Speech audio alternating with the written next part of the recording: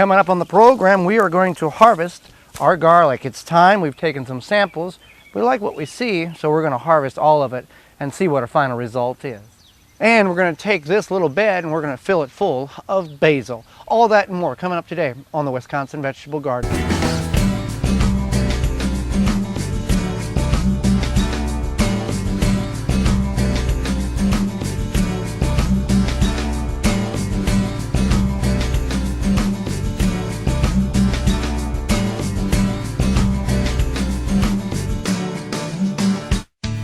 The Wisconsin Vegetable Gardener is sponsored in part by, for all your non-GMO, heirloom, organic, vegetable, flowers, and herb seeds, visit dollarseed.com.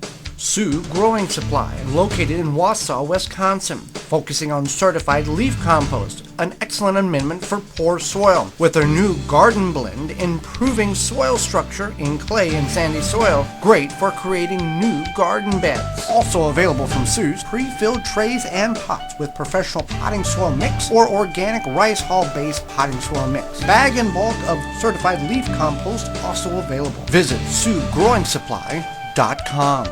Don't poison your soil with municipal water. Attach a body, mind, and soil hose and filter.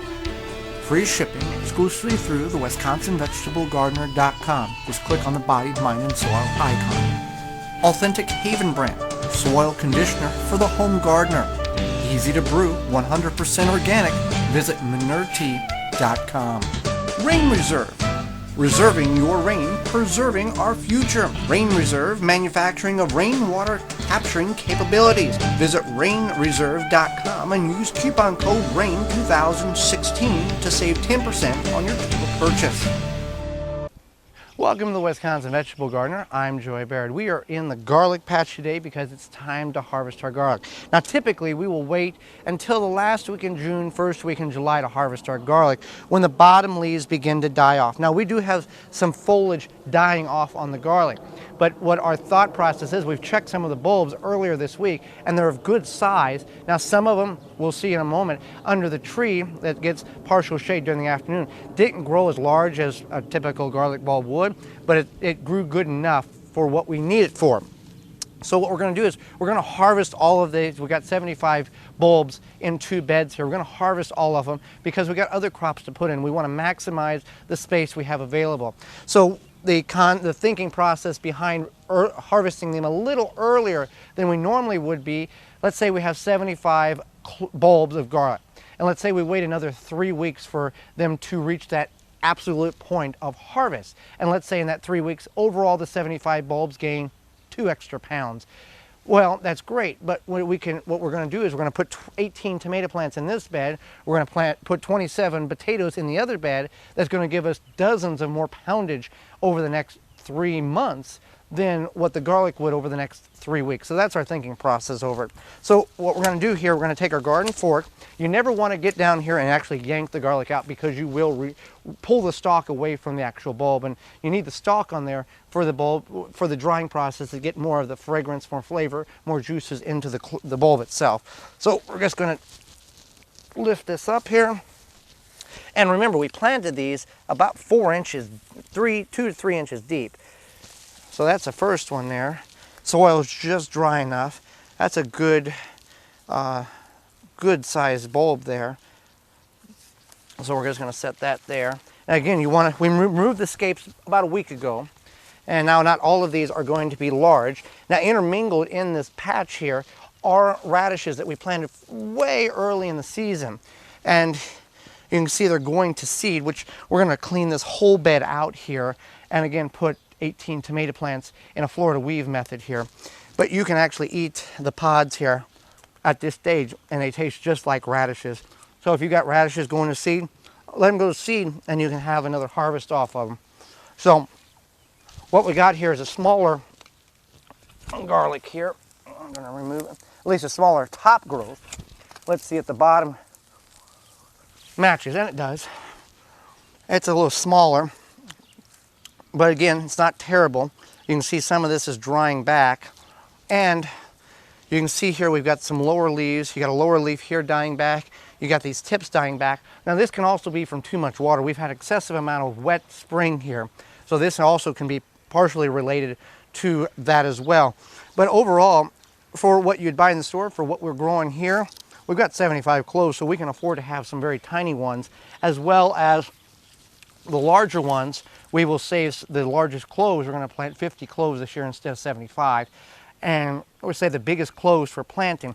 Now we're growing 3 different varieties of garlic: Spanish Roja, Georgia Crystal, and German Hardy. Now I could not tell you which is what, because over the last couple of years we've just grabbed the largest cloves all the harvest that we've had and planted them.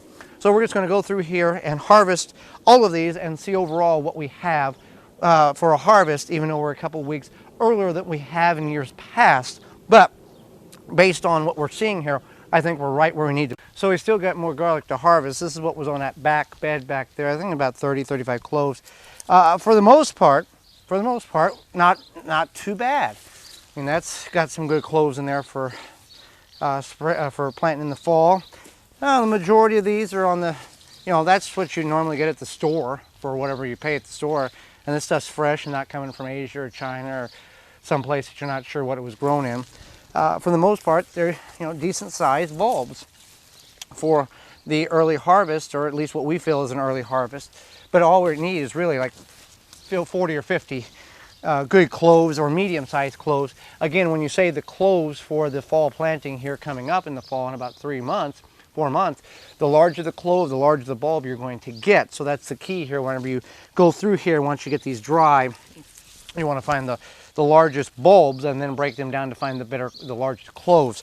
Now right here I did harvest one, and this is under the tree where it gets partial shade.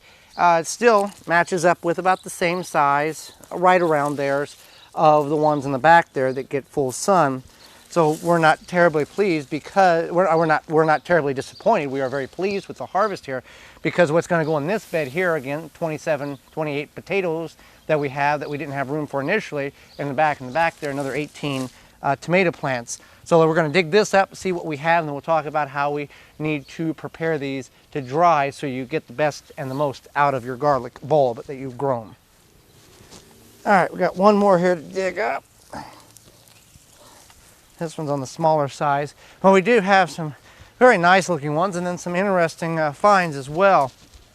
We've got, should be about 75 cloves, 76 cloves there. Now we'll talk about that in a minute. Now what we did find, and we also found some very interesting stuff. Now what I'm suspecting here is, you see this white material here, that's the dead skin, as well as there's some mold there because it's been excessively wet. That's my assumption, and that's why you see the bulbs so white, is we've come back and we've peeled a lot of that moldy stuff back. There's nothing wrong with the bulb. I'm just getting some of that dryish stuff off of it. Now, this is something different. We found this on about 3 different bulbs. This is that wire grass, wire weed. What has happened is it has grown into the bulb, and it was trying to come out of the bulb. We found this on 3 of them, I think it was. So that's a pretty aggressive plant, weed, that you've got a bulb growing of garlic, and the weed grows into the bulb and out, or attempts to grow out the other side. This one here had it coming, it was growing in, but it never came out. So there's partial weed root in there as well. But with the harvest here, we got them. Very nice. Some large bulbs. I mean, that's double the size of this one here. But again, we're just looking for the large ones so we can save the seed on, and the small ones is fine for us. Something like that is perfectly fine for us. We're not looking for State Fair blue ribbon garlic here. We're looking for good garden grown garlic that's healthy, and we know where it came from. This here is just a bonus to us and allows us to save seed. So now let's talk about how do we dry this. So what we'll do, or what you need to do, is you can bundle 5, 6, 10, whatever you want to put together. Tie them up like this, put them in a barn that's ventilated, a garage that's ventilated, out of direct sun. Now, let's say you don't have either one of those. We hang these up in our storage room in one of the spare rooms in the house.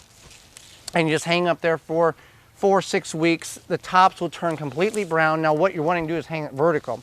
And all of the extra juices and nutrients, fragrant flavors will be pulled back into the bulb by gravity.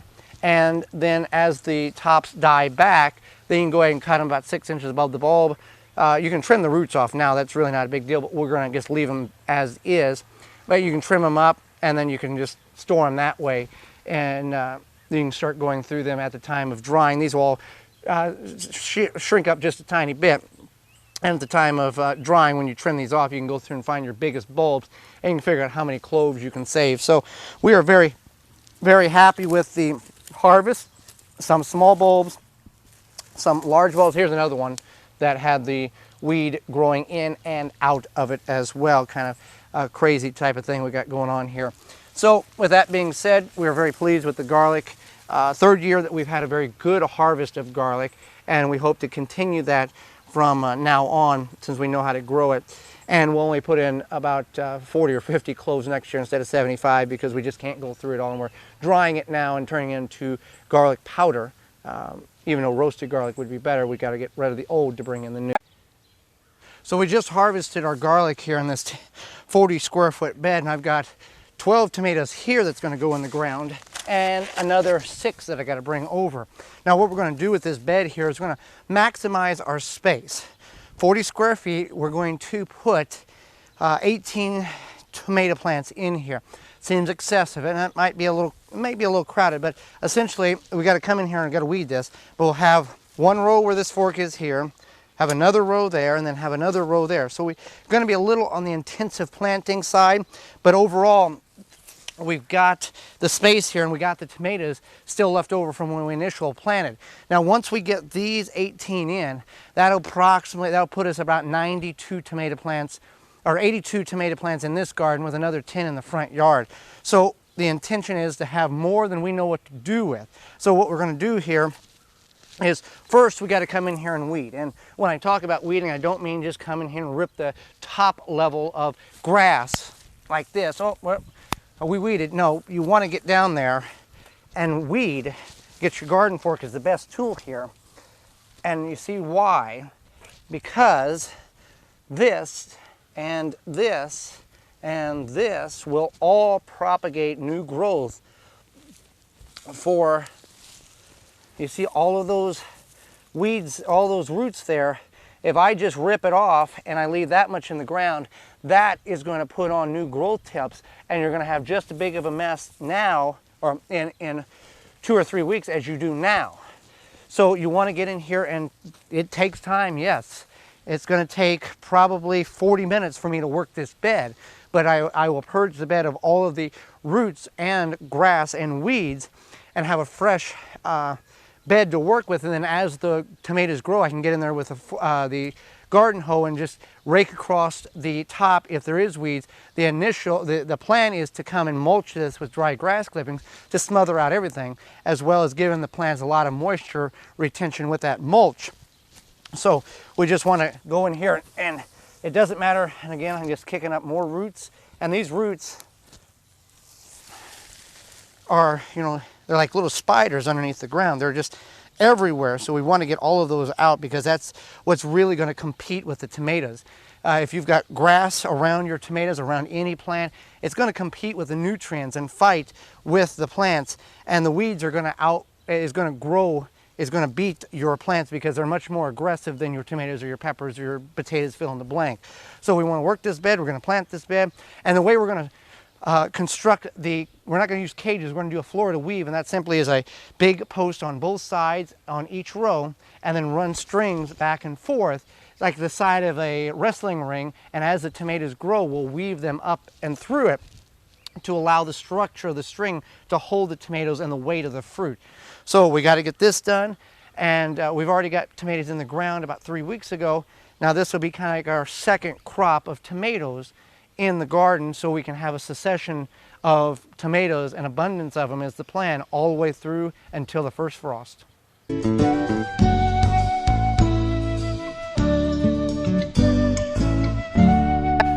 So we're back here behind the garage here in this little makeshift raised bed that we've got. Now what I've done here, I've come in here and weeded, brought the garden fork in, weeded, and actually amended it with some certified leaf compost. Now what we're going to do is we're going to plant basil in here, as well as we're going to take basil and plant around some of the tomato plants that we have in the ground currently, and we are going to be putting in the ground as well, because we've got a variety of different basil. We've got lemon basil, Italian basil, cinnamon basil, licorice basil, lime basil. We got everything here. So what we're going to do is gently extract it from the root maker cell, and the way we're going to plant this, and you've seen basil grow incredibly large. Now this is partial shade. Basil needs 3-4 hours minimum of growing to survive. In the morning we get about 6 to 7 hours of sunlight here, so it's not going to hurt. So what I'm going to do, you know, you're tempted to plant aggressively in areas that's small so you can pack a whole lot in. Realistically, you plant too much. Let's, for example, let's say I plant one there and I plant one there. So I've got one where the shovel is and I got one where my hand is. These things are going to get really bushy, and if you put them too close together, they're going to reduce in size because they're cramped, okay? So what we're going to do is we're going to plant down the center here and go about, well, we're going to go about 8 inches, the width of the length of the shovel here. And we've added coffee grounds, we've added certified leaf compost. I'll come in here in about a month and add some all-purpose fertilizer just to give the plants a little more boost. And obviously this bed's not going to be big enough for all of these, but that's just the way it works. So I'm not going to taste these and figure out what's what. We're just going to let them grow, and then we'll harvest them and taste them at the time of harvest. So what I'll need to do here, I need to gently, as best I can, remove, there we go. And you can see the advantages of growing with the root maker. You can see all the roots that has created by having multiple holes in the tray there. So I've got 2 here, and you know, it just smells like basil. You can't really smell the cinnamon or the lemon or the flavor of it by doing that. At least I can't. So I'm going to gently tease these apart and plant both of them. Now also what we need to do is, once we get this all worked here, I've got it worked up to here, I'm going to go a little bit farther. Swiss chard didn't come up as strong as I'd hoped, so what I'm going to do is, again, replace that, go ahead and finish this bed off with basil and have a whole abundance of basil, and we can dry it. So what I'm going to do here, and we'll mulch this with dry grass clippings when we get it all planted and we have an abundance more of dry grass clippings. So it's really easy to plant, and you can do this. Basil can be grown in a container, a raised bed, a traditional ground garden around tomatoes. Some people say that helps increase the fragrance of the taste of the flavor of the tomato, as well as other companion planting plants. So that's what we're doing. So we're going to get these in the bed, in the raised bed, and around the tomatoes. Thanks for joining us. Join us again next time for more organic gardening and food preserving. I'm Joy Baird, and this has been the Wisconsin Vegetable Gardener. For more information, please visit thewisconsinvegetablegardener.com.